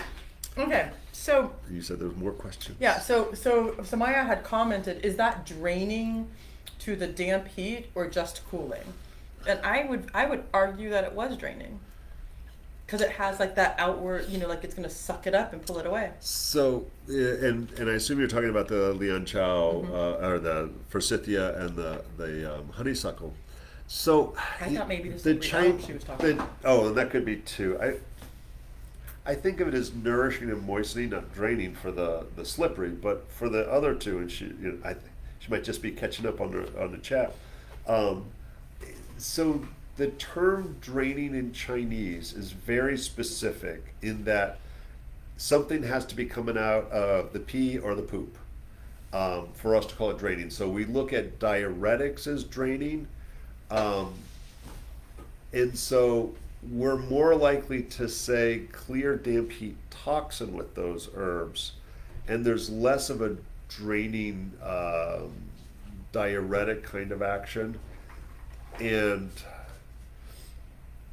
it's kind of like the different ways that we can put out a fire. One way to put out a fire is throw dirt on it, and that puts the fire out. And so in this case, we're literally, it may not be the best analogy, but the best I can do at the moment, that we're really kind of changing the temperature of the fire. That said, there probably is a mild diuretic effect where it does drain it out that way, but I wouldn't think of it as a diuretic. It might be a secondary, tertiary formula. Like if we were like, oh, your prostate's hot and enlarged, you got prostatitis, we would add the lianchao and jinyanhua in for its anti-infective, clear, damp, heat toxin. But then we would add another herb like corn silk or something to actually drain that stuff through the fluid. So by themselves, I don't think they have a dramatic impact, but their impact is about the hot and the wet. And then we need to partner it with another plant or two that's going to actually physically drain that out through the urine or the poop. Hopefully that is, I know I kind of ran around in a circle there. But my short answer is, yeah, not really. Okay, so the other thing is I got some of this on my phone and then online. And so you can choose not to, because some of the people don't know this side of us. So somebody was asking about different color tourmaline, how we use our that's crystals. a you question. I know, but do you want to answer, do you want us to talk about how we use the tourmaline in healing practice? Yeah. And, okay, so authorized. The question was, do we have these things in the clinic because we're trying to decide a certain thing?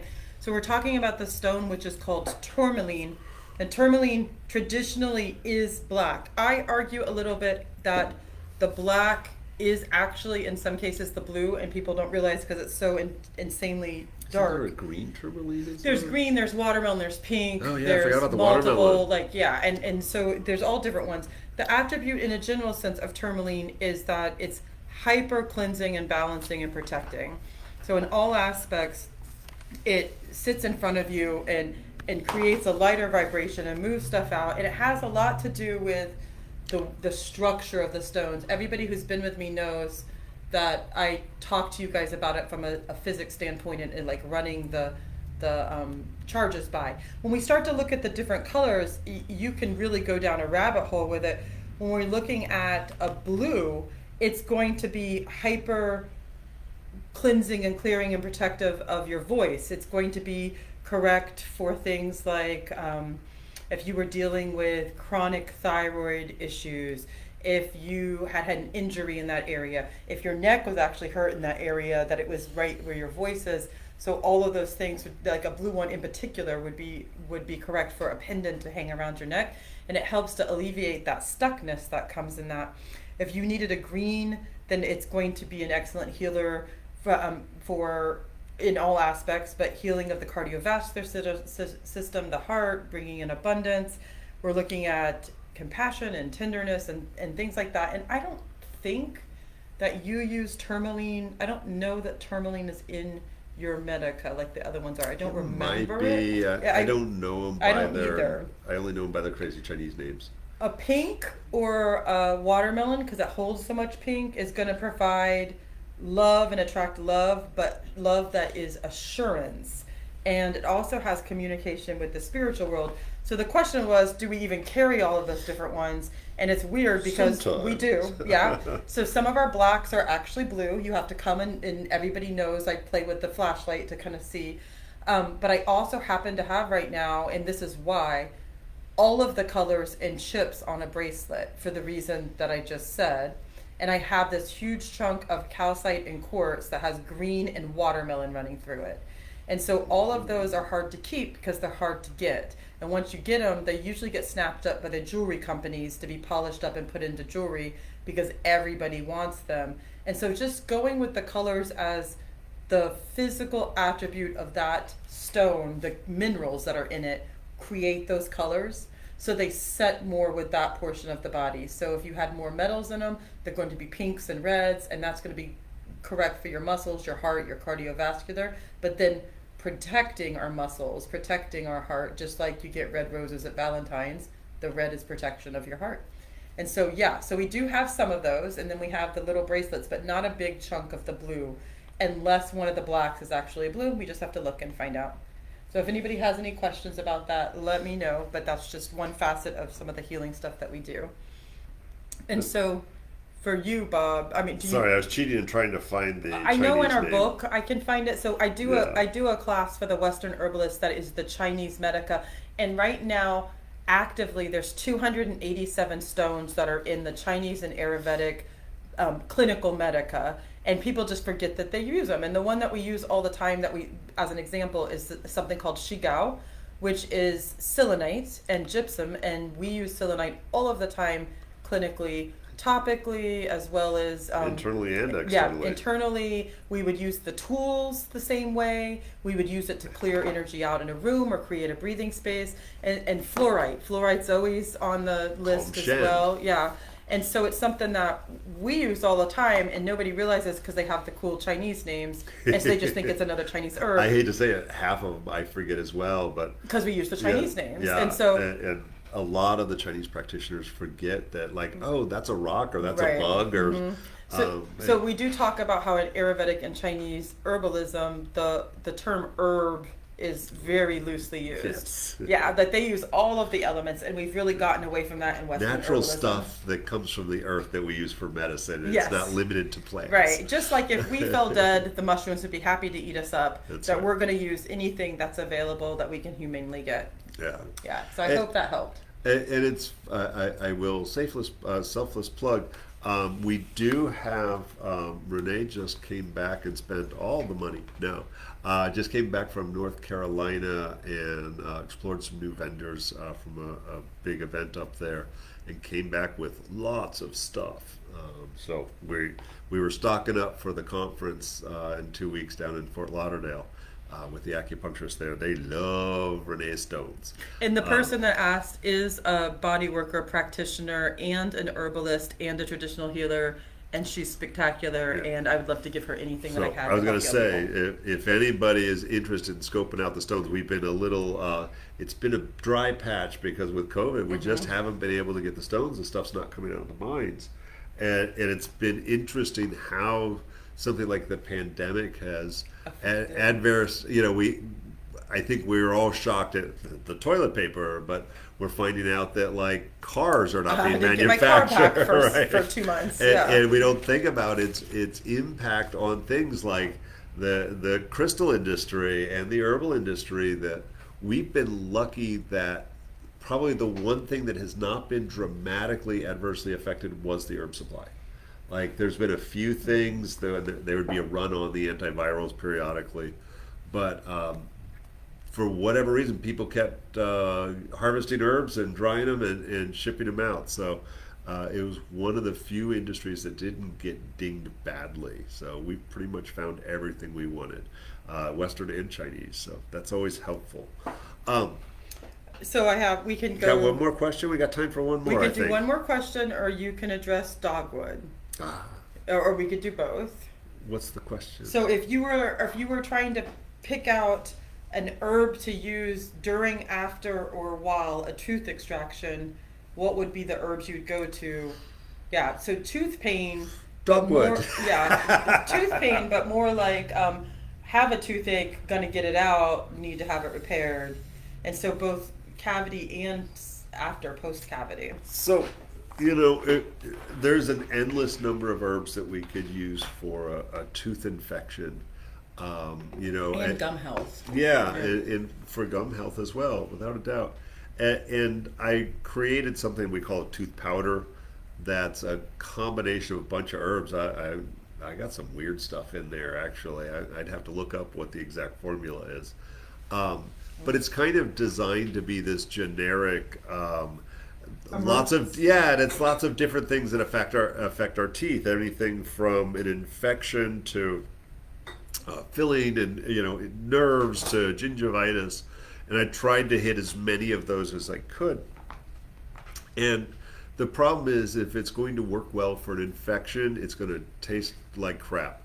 And I feel like dealing with tooth stuff, if we have an active infection, then putting the anti-infectives on the location, i.e. putting it by the tooth, or as close as you can get to it, making a wash or a gargle. I actually say, grind those herbs to as fine a powder as you can and do it like dip, like chewing tobacco. And as long as you can stand it to be in there, the better. Internally, I would say, especially for oh my God, your whole side of your face is swollen up, I'm going in Monday to get this extracted, I would say my go-to would probably be echinacea. Oh, interesting. I would say, no, that's a type of blood poison. It's localized. You oftentimes have a fever. Tincture or tea? Tincture probably would be easier. I think tincture would be more correct. And it wouldn't be wrong to, if you're going to do a tincture, put it in your mouth, get it around where that tooth infection is, swish it around the infected tooth, and then swallow it. Of course, there's... killing the pain is part of it. Infected gums, infected teeth are really painful. Everybody says clove oil. That's an essential oil. We generally don't encourage the straight essential oils in the body. So I know you can buy it in the stores. I actually think grinding up some cloves works better and has less risk and numbs it out so fast your head will spin. There's a type of angelica that we use in Chinese that is specific for tooth pain called duho. I didn't know that was specific for tooth pain. That's one of the indications. Yep, sorry, forgot to hit Is there a reason why? It's, in particular? It's funny, it's very aromatic. So it's a very strong smell, and aromatics are really good just topically. That's 15 more minutes. We're going to burn up on this. So it's specific for pain in the lower body. We say it enters the kidney meridian. And so we say the lumbar spine and below is reflective of the kidney and urinary bladder. And so we can use this for acute or chronic pain in the lower body, especially if it's affected by weather. Duho is a guiding herb to that area.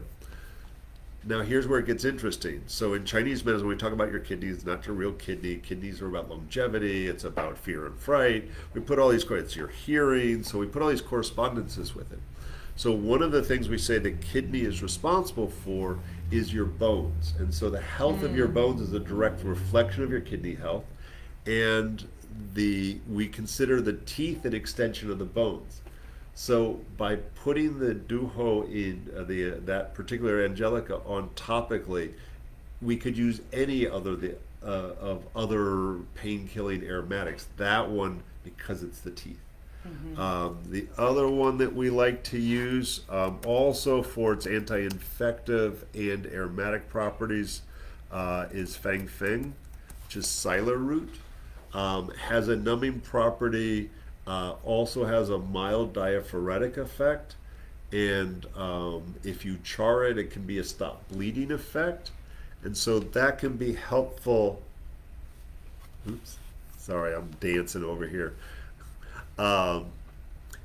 And so it can be helpful if you've got like bleeding gums from the infection. You can char the Fang Feng, the Siler root, and so get the, actually I'm going to say the triple properties of that.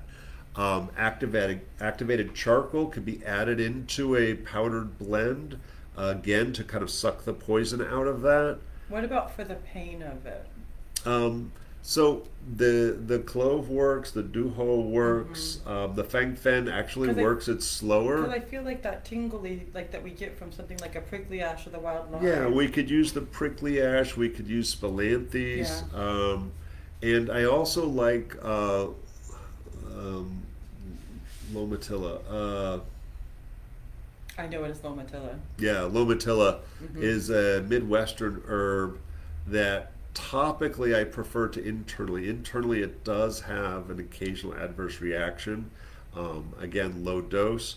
And push comes to shove, as long as we were talking about sweet gum earlier, sweet gum would be appropriate. Yep, Spilanthes, toothache plant, right on.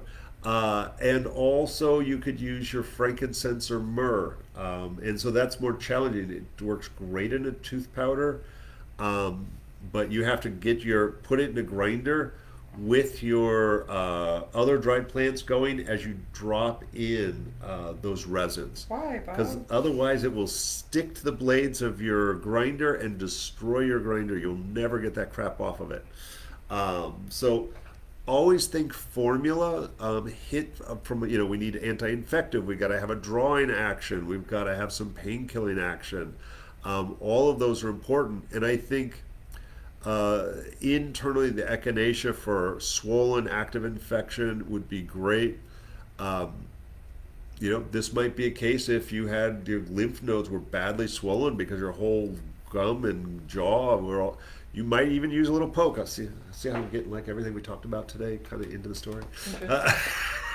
So you could put top. So we Poke's said actually dip. very precise to that. Yeah, I know. Swish with it and it'd pull it right You could out. swish with it. So you do a toxic. gargle, but you could also do topical on the exterior. So you could do some whatchamathingy.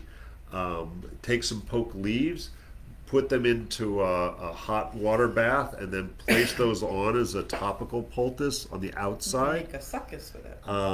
You can make a succus out of it. You can also do ear seeds. So there are specific points for tooth pain or tooth extraction.